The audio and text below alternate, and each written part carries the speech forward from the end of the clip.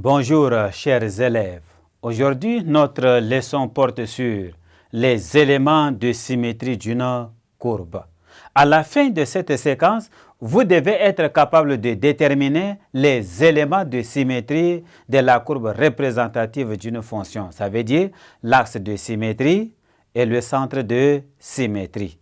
Nous allons parler d'abord de centre de symétrie.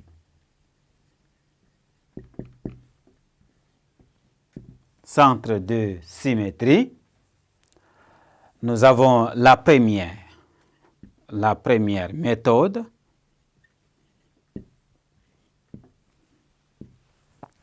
La première méthode pour montrer que S de coordonnées alpha, bêta est centre de symétrie de CF, courbe représentative de F dans un repère orthonormé OI. J, on peut effectuer un changement d'origine O en S. On obtient alors une fonction G telle que CF soit la courbe représentative de S de G dans le repère S, SI, J.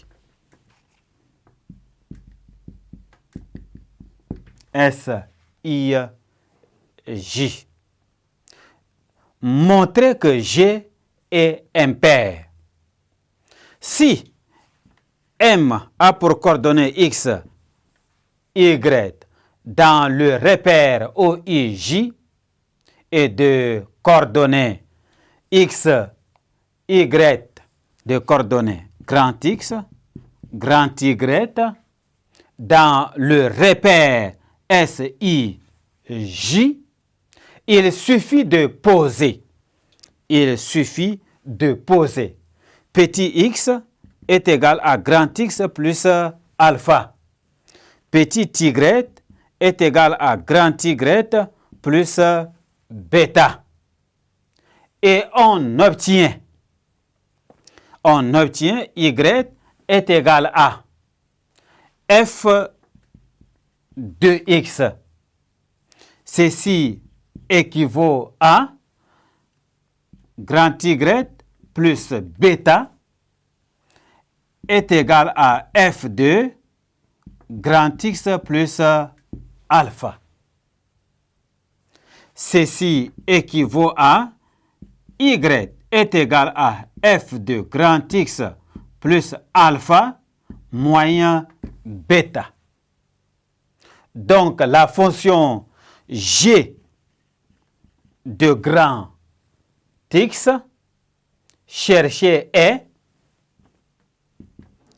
f de grand X plus alpha moyen bêta. Exemple. On donne un exemple. On donne la fonction f de x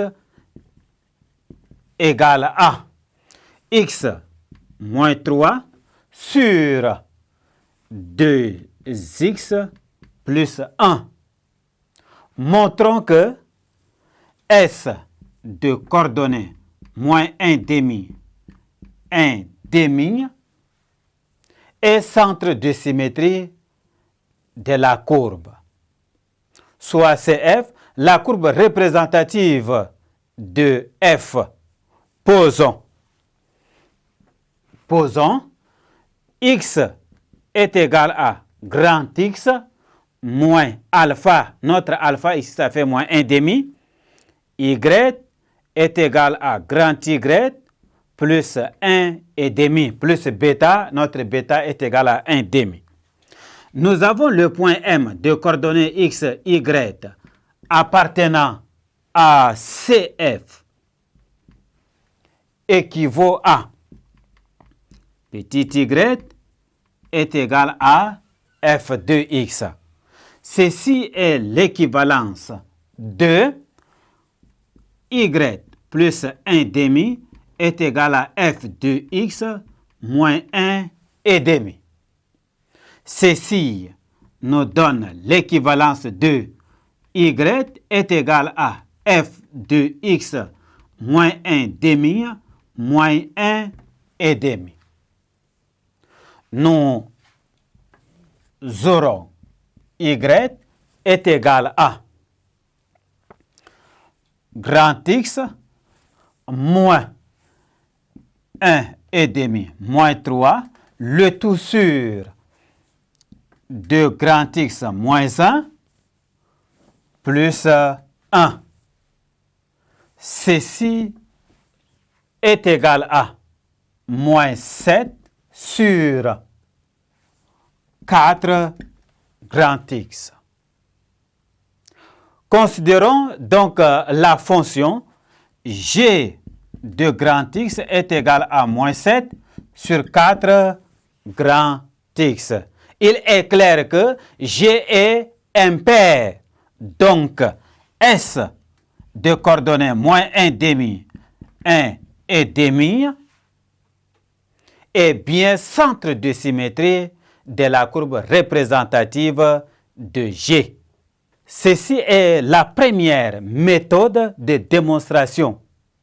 Alors, il y a encore la deuxième méthode qui fera l'objet d'une autre séquence dont je vous donne rendez-vous dans la séquence suivante.